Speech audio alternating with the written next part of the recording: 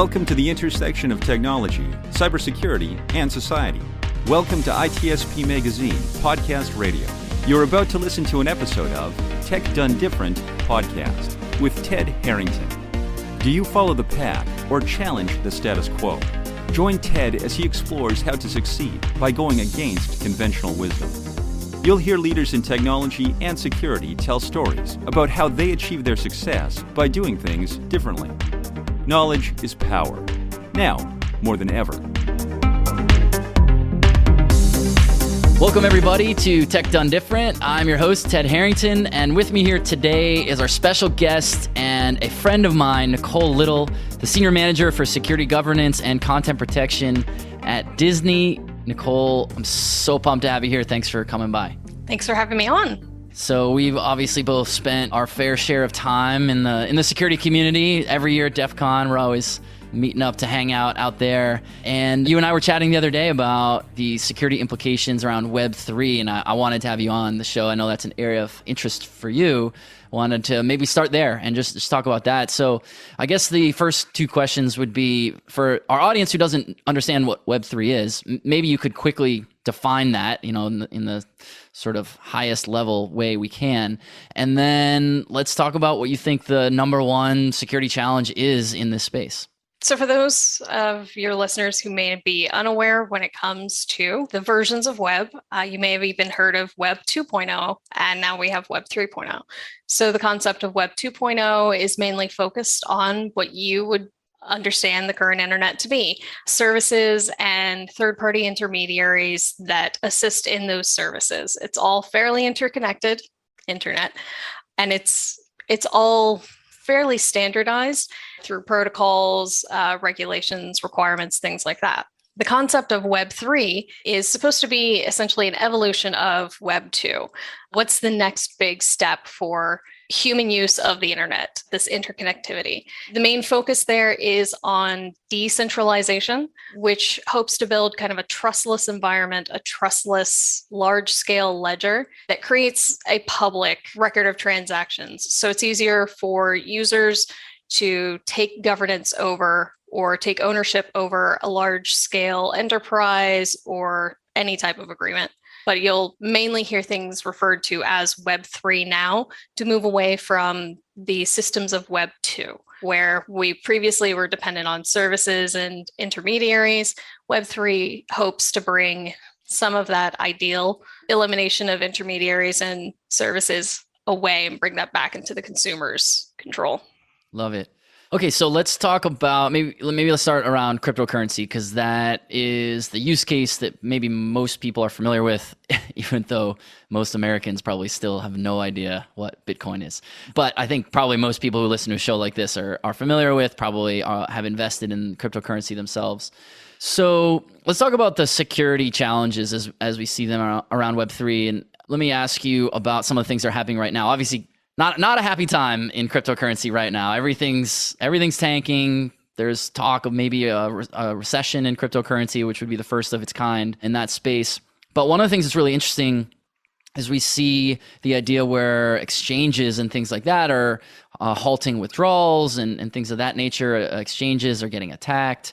How should people who are buying cryptocurrency, but not necessarily putting it into cold storage where they're controlling themselves offline, how should we be thinking about the security risks of holding currency in that way? So one of the issues that I'm here and there familiar with, I don't put a lot of time or money into cryptocurrency. While I understand it and I understand its values here and there, I myself just can't bring myself to participate in it because of some of the security gaps. And also, I don't see the full value of the technology as yet. As technologies emerge and as things kind of grow from a natural point as new learnings come along, eventually a piece of technology in and of itself has meaning. And that's when I feel like it's a better point to interact with and kind of take part in that technology. And I don't believe cryptocurrency or really any of the systems kind of tied into the blockchain are at the point yet where they can kind of exist as a technology outside of needing to encourage people to use it or incentivizing people to use it. So right now, cryptocurrency only really functions because there's incentivization to perform the back-end calculations to confirm value and the validity consensus for contracts being used on the blockchain. If you don't have any kind of monetary, in some form, incentivization within that system, I'd say 9 out of 10 interactions on the blockchain themselves will fall off. Like there's no reason to participate in that, because why put your time, electricity, and compute power into something that you get nothing back from so that somebody else's contract can be processed? So until it becomes something where it kind of self-exists, it's always going to have essentially an obstacle ahead of it for it being something that's reliable and what I would consider secure. It's got a ways to go before it's not susceptible to some of these shifts, like you mentioned, with the market crashes, because cryptocurrency itself is not always necessarily tied to a physical value. So like your standard currency systems tend to be tied to actual assets somewhere, Fort Knox, a bunch of gold, some other precious mineral or a commodity that can be physically interacted with and used in another form. Cryptocurrency doesn't have that. You can tie it to a stable coin, which is then tied to a physical interaction, but now you've just created an intermediary, and that kind of eats away at the purpose of having decentralization. So kind of in that whole scope, it's cryptocurrency is applying technology to a system that exists and functions pretty effectively. So it's not really bringing any new benefit. If anything, it incentivizes other groups to misuse it because it's still such an emerging technology. So that's why you see so many cryptocurrency scams going on, or you'll see malware requiring cryptocurrency because in their minds, they think it's untraceable or difficult to trace.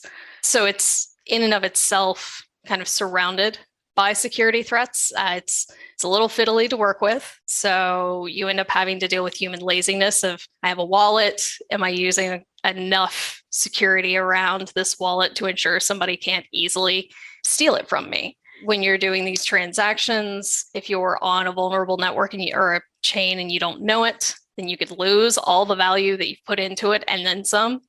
So it's all a security concern. I hate to be such a naysayer, but that's kind of where it sits for me, at least. Well, I mean, I don't think that it's unreasonable for a security person to recognize the security concerns with an emerging technology. I mean, that's what we do, right?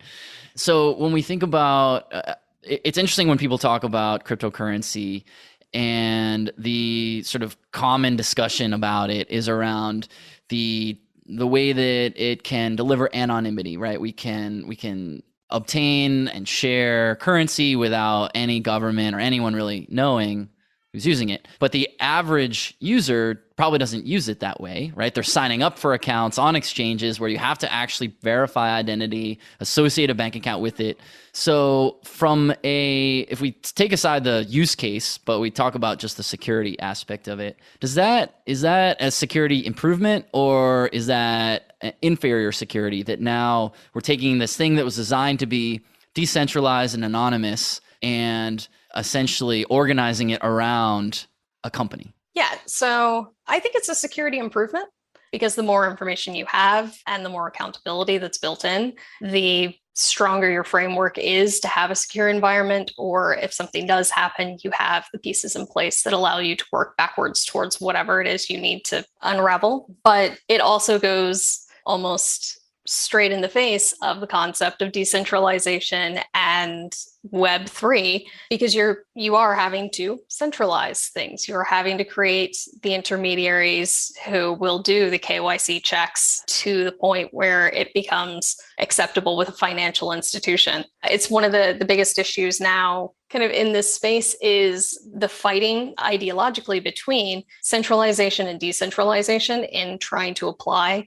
blockchain, Web3, even NFTs against a security model. Because security, you want everything to be consolidated and essentially governed by policies that are set out based on best practices and known information, known actors. But when it comes to decentralization, the kind of backbone of that ideology is it's everybody out there. It could be 30 bad guys to 4,000 good guys who have all intents and purposes, they want to do something good with it. So it's trying to balance those two out. And it's even in that concept, it's very flawed because every blockchain in and of itself is a centralized system. You can't talk between a Solana transaction and an Ethereum transaction. You have to have a bridge or a common standard for those two things to meet. So there's no concept that you can really enforce when it comes to decentralization, because if anything that's truly decentralized, you're essentially just screaming garbage at each other and other systems, and there's no way of guaranteeing that the other system understands and will accept your garbage because you don't have an agreed upon standard. So it creates kind of a round robin in and of itself of you want it to be secure, but if you're going to have it secure, it can't be decentralized. Now, you mentioned earlier that as you were defining Web3, and I quickly jumped into the cryptocurrency aspect to it, and you said that you don't spend a lot of your own time, effort, and money there. What aspect of Web3 are you most interested in and excited about? Where's the hotness in Web3 right now? To be honest, I think Web3 in general is its own the hotness, just because I don't even think it still fully exists. It's still kind of being teased out. Right now, I spend a lot of my time applying both security and intellectual property protection to the concept of licensing and creating NFTs. And this has been really big within the entertainment industry because you have so many artists who, rather than working within this larger machine that kind of passes and eventually filters their creative works through that final lens of whatever that company is, they now have the ability to find ways to both monetize and deliver their content in a meaningful manner out to consumers and out to their fans. While that's such a good use of Web3 and any of the decentralization and essentially self-ownership in the blockchain space, when it comes to a large-scale company in the media industry or really any other industry that would be licensing an asset, it's incredibly difficult to apply these two philosophies of decentralization and intellectual property licensing. So understanding it's a multifaceted problem, really. How do you clearly communicate to the user or the purchaser? In many instances, if you're buying something that is a licensed image of a character, design, whatever, the fact that it's licensed, you're not actually purchasing the actual JPEG, GIF, whatever it is. You're purchasing the license to view it. And that's really difficult to not only explain to your standard consumer, but then apply that to an NFT where NFT is essentially the certificate of ownership for something. And you're attaching it to whatever this visual or even audio, any kind of digital asset, you're attaching it there, but you don't own the thing that's in there. You only own the license to view it. So you're only purchasing, your NFT is actually the license, not the actual end content. And that's difficult to arrange mentally when you're discussing this with groups that are looking to use larger scale IP to kind of build the prestige of their NFT portfolio. So I haven't heard NFTs, which we should quickly define as non-fungible tokens for anyone listening. NFTs, I've always understood them as you described, right? The certificate of ownership of, one of one, like you own the one thing. But what I'm hearing you describe is there's the one of one thing, you don't own it. The NFT is actually saying that you are one of many licenses allowed to view it. Similar. So NFTs can show up in different formats based on the standard. They're all based on a standard that's associated with the blockchain that they would be minted on. Right now, the major standard that you'll see associated with NFTs is ERC 720 and ERC 1155. 720 is a one-to-one minting, and 1155 is a one-to-many. So if you wanted to do essentially a collection or an album of things, you would want to have an 1155 because you can have different things within there, a collection. But in a one-to-one, this is one instance of a thing, and it's the only one instance. When you talk about platforms that are selling NFTs that are licensed in kind of like a large scale drop or something like that, it's still a one-to-one instance, but it's a one-to-one. Here's the one instance of this specific hash, and we generated 10,000 hashes. So it's it has uniqueness, but it's not as unique as, this is the only, like, artists have had their hands physically on this. You've got his thumbprint right there in the clay. That's yours. So why even do this? Because I understood the value proposition of an NFT for a digital asset is to be able to say, this thing that can be endlessly duplicated, you can prove you own the original one. So why have NFTs which can be endlessly duplicated to prove licensing? That's kind of the thing is, I don't particularly think NFTs in the IP license space work, because it falls into that, well, you only own the license to view this. You don't own the actual instance. Even physically, you can have an NFT, a non-fungible token. I think the most common parallel that people make is baseball cards, especially older baseball cards. They're a limited run. They have very specific chemicals and inks that were used. You can identify this as one of however many printed in this year at this place. So it has a lot of markers that tie the authenticity to that singular instance or existence of that card. When it comes to NFTs, really the only thing that ties it is that hash. If you don't know how to view the hash, then that value doesn't mean anything to you. Why not just copy the JPEG or whatever it is? But I think there's a lot of, unfortunately, as both with security and just technology in general, when it's talked about, you get a lot of excitement and abstraction. Excitement over the technology and high-level, high-minded abstraction away from what the actual technology benefits and does.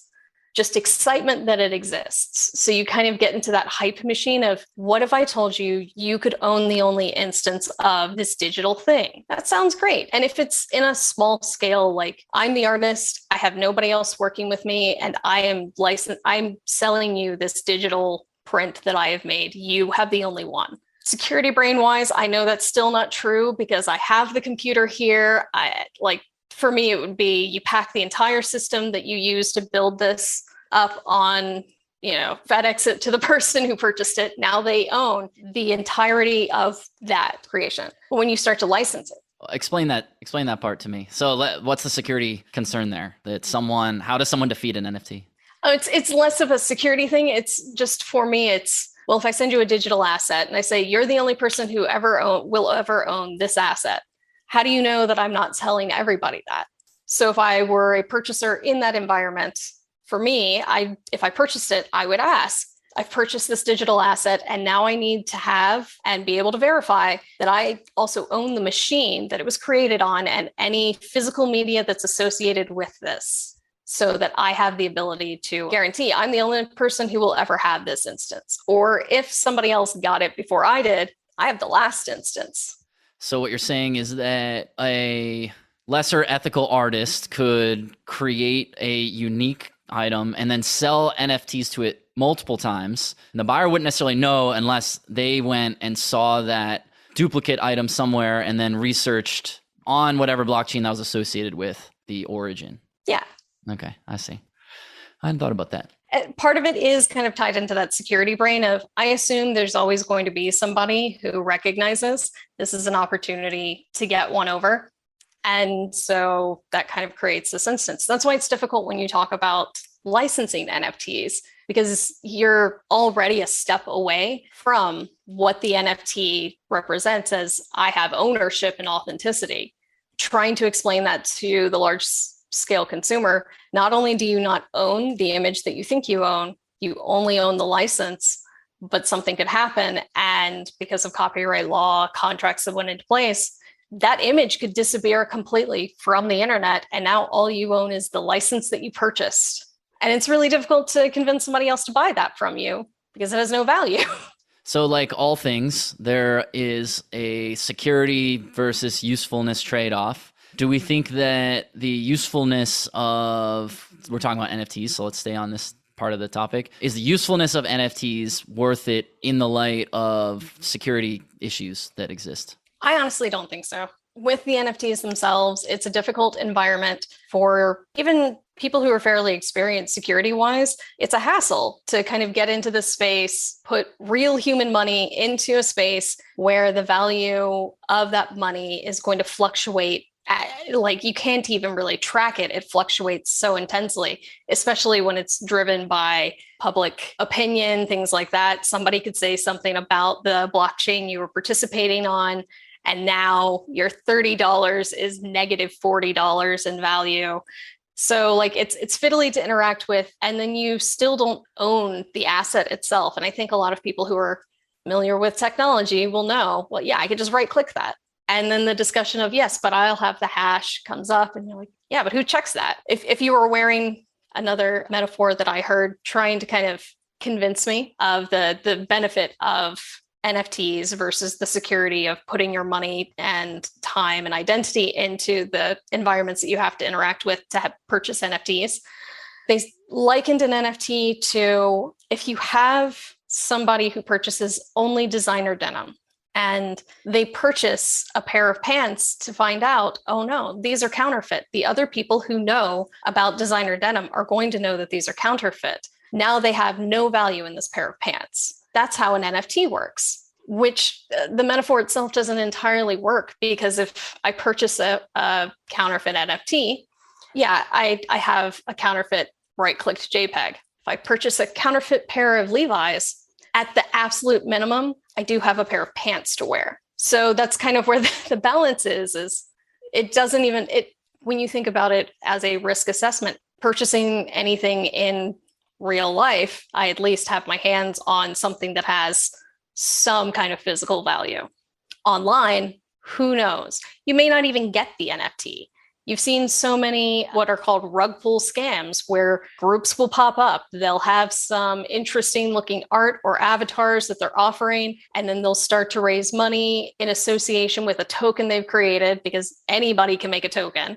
People put money into it hoping to build this community and then build value back on their own investment. And then it hits a certain point of like maybe $1 million. That group's gone. They don't exist anymore. How do you get that money back? So people have put their earnings and investment into that, and there's no guarantee. There's very little regulation. Internationally, it's a nightmare trying to figure out where you can sell these things. China doesn't even have NFTs or blockchain. You have to call it something else. So anything that's sold within China is sold as a digital collectible, because they can't even reference cryptocurrency or blockchain or NFTs. They have to all be something that's contained within their own essentially tech stack.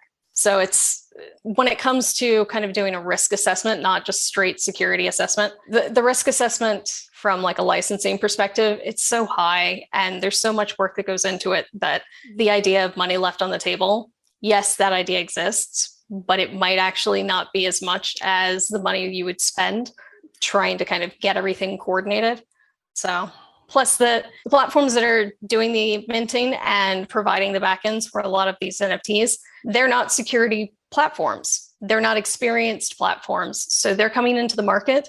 They haven't even had security reviews of their platforms, but they're transacting in like financial spaces. They're interacting with people's personal identification. So that was one of the major security concerns that I raised is that's a lot of applications that we haven't done a security assessment on, and we're enticing consumers to come in to use this application, and we could be exposing them to massive data fraud. Well, you're preaching the choir here about why we should do security assessments on applications. I have a dog in that race, so I'm with you on that. Well, this has been really interesting. I feel like I've learned so much about this space today. As our time comes to a close, is there anything you want to leave our audience with? I don't know. I'm trying not to be like a super curmudgeon. I think technology can solve any number of problems, but I think relying on technology to save ourselves kind of makes us a little lazy and blinds us to some of the maybe more obvious problems. So I always like to try and encourage anybody, leaders, innovators, engineers, to think about it and then have somebody who maybe doesn't particularly like you or your idea. Have them listen to your idea, because even if you don't like what they're saying, they may point out valid areas for you to consider in these technology spaces. Sometimes you have to have somebody else that's a little pulled away to be able to see, some of the freckles and moles on your baby. I like that. Yeah, getting that independent viewpoint, and maybe even from someone who's doesn't somebody who's not going to hold it back. Like, right. Ask somebody who actively dislikes the technology that you're working with. Take a look at this. Can I convince you that this is a good technology? Maybe you can. Or maybe even if they're not points where you're like, that's valid, it may make you think of, that's not valid, but I can think of another edge, mirror, parallel case that I should look into that I wasn't because I was dismissing that other non-valid edge case. Yeah, that's great. I love that. Well, Nicole, thank you so much for sharing some wisdom and, of course, your time here together today. Absolutely. Thank you so much for having me. Yeah, totally. For everyone listening, if you want to learn more about what Nicole's up to or the podcast itself, head over to tedharrington.com/podcast, and we'll catch you next time. We hope you enjoyed this episode of Tech Done Different podcast with Ted Harrington. If you learned something new and this conversation made you think, then share itspmagazine.com with your friends, family, and colleagues. If you represent a company and wish to associate your brand with our conversations, sponsor one or more of our podcast channels. We hope you will come back for more stories and follow us on our journey. You can always find us at the intersection of technology, cybersecurity, and society.